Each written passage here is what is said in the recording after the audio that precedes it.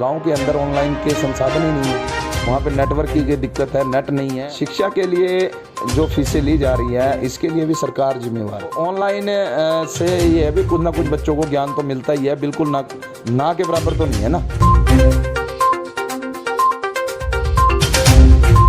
दोस्तों नमस्कार, राम राम, जय हिंद। आप देख रहे हैं फैक्ट ब्रेकिंग न्यूज़ चैनल, सच हेल्थी न्यूज़ चैनल। आज का जो मुद्दा है, शिक्षा का बट्टा गोल, जिम्मेवार कौन। इस विषय पर बात करने के लिए आज हमारे साथ हैं राम कुमार सैनी जी, जो कि पूर्व उप प्रधान और पार्षद रहे हैं। तो सर नमस्कार।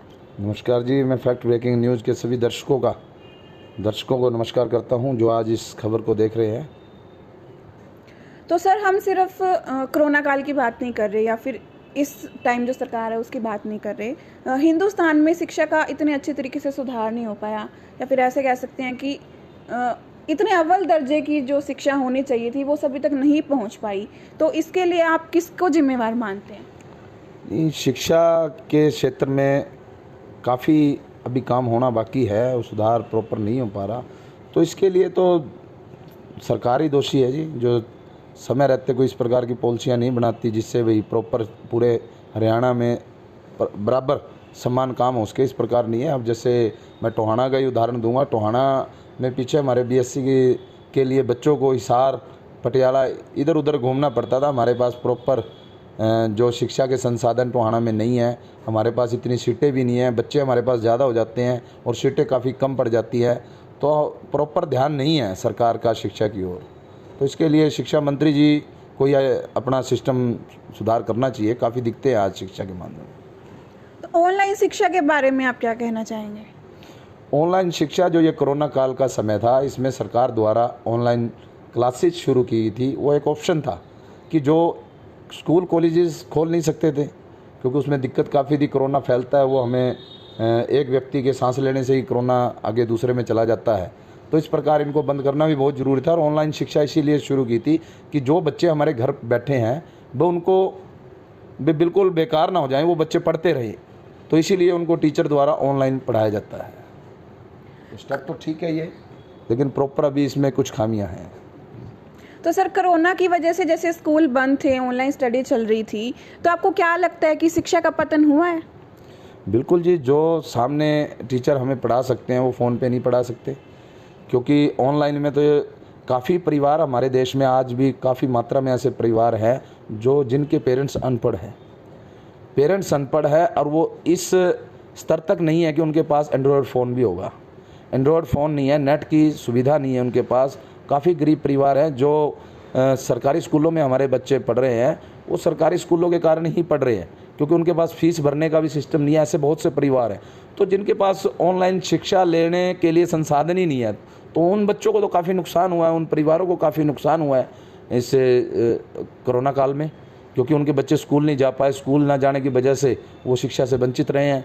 लेकिन फिर भी ऑनलाइन क्लासेस से काफ़ी मात्रा में बच्चों को शिक्षा दी जा रही है, लेकिन प्रॉपर समाधान नहीं है। तो आजकल जैसे छोटे छोटे बच्चों के हाथ में फ़ोन है, कह दिया जाता है कि आप ऑनलाइन स्टडी चल रही है तो इसीलिए फ़ोन देख रहे हैं। वो अब फ़ोन में तो वो कुछ भी देख सकते हैं, तो उनको देख के या फिर कैसे भी उनके माइंड में कुछ आ जाता है तो वो टीचर से, मैडम से कुछ अटपटे क्वेश्चंस कर लेते हैं। तो इसके बारे में क्या कहना चाहेंगे आप? जो एंड्रॉयड फ़ोन है उसमें तो बच्चे कुछ भी सर्च कर देख सकते हैं।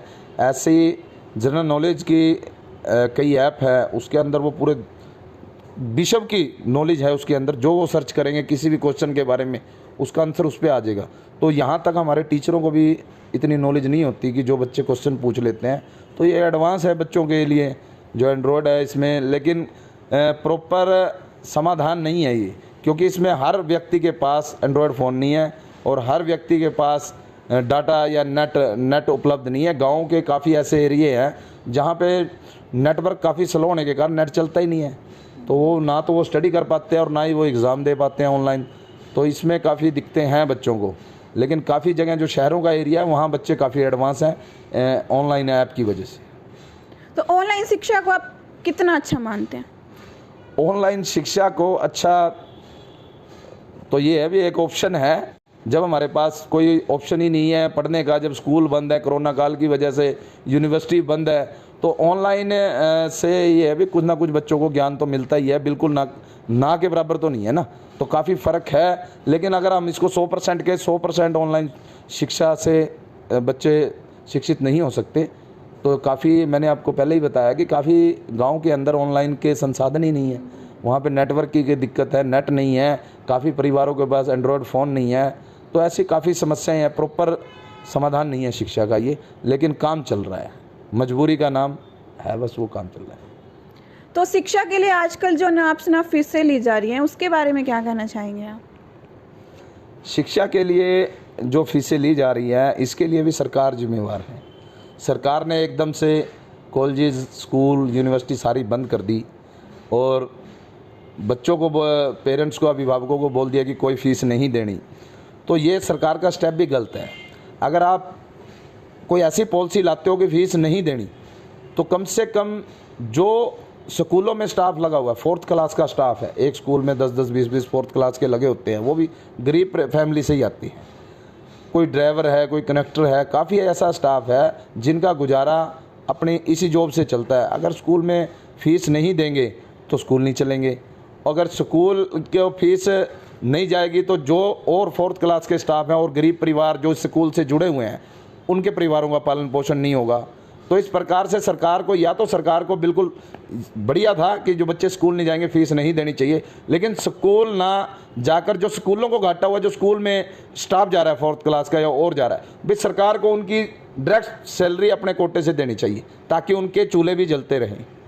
स्कूल बंद होने के कारण बहुत से ऐसे परिवार हैं जो स्कूलों से जुड़े हुए हैं, उनका पालन पोषण इनसे हो रहा है, तो सरकार को उनकी फ़ीस अपने अकाउंट से देनी चाहिए। तो स्कूल को फ़ीस देनी बिल्कुल कोई वाजिब नहीं थी।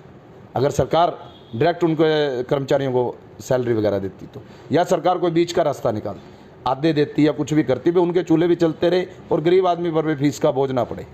ये था। शुक्रिया सर।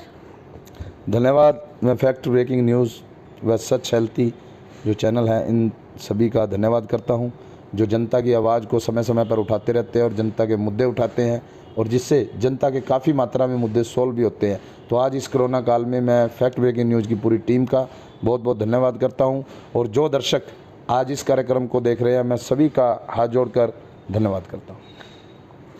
तो दोस्तों, ये थे राम कुमार सैनी जी, जिनसे शिक्षा के बारे में हमने तमाम बातचीत की। फिर होगी मुलाकात किसी खास के साथ इसी मुद्दे पर, शिक्षा का बट्टा गोल, जिम्मेवार कौन। तब तक के लिए नमस्कार। इस वीडियो को दोस्तों आगे शेयर कर दें और हमारे फैक्ट ब्रेकिंग चैनल और सच हेल्थी चैनल को फॉलो कर लें। शुक्रिया दोस्तों।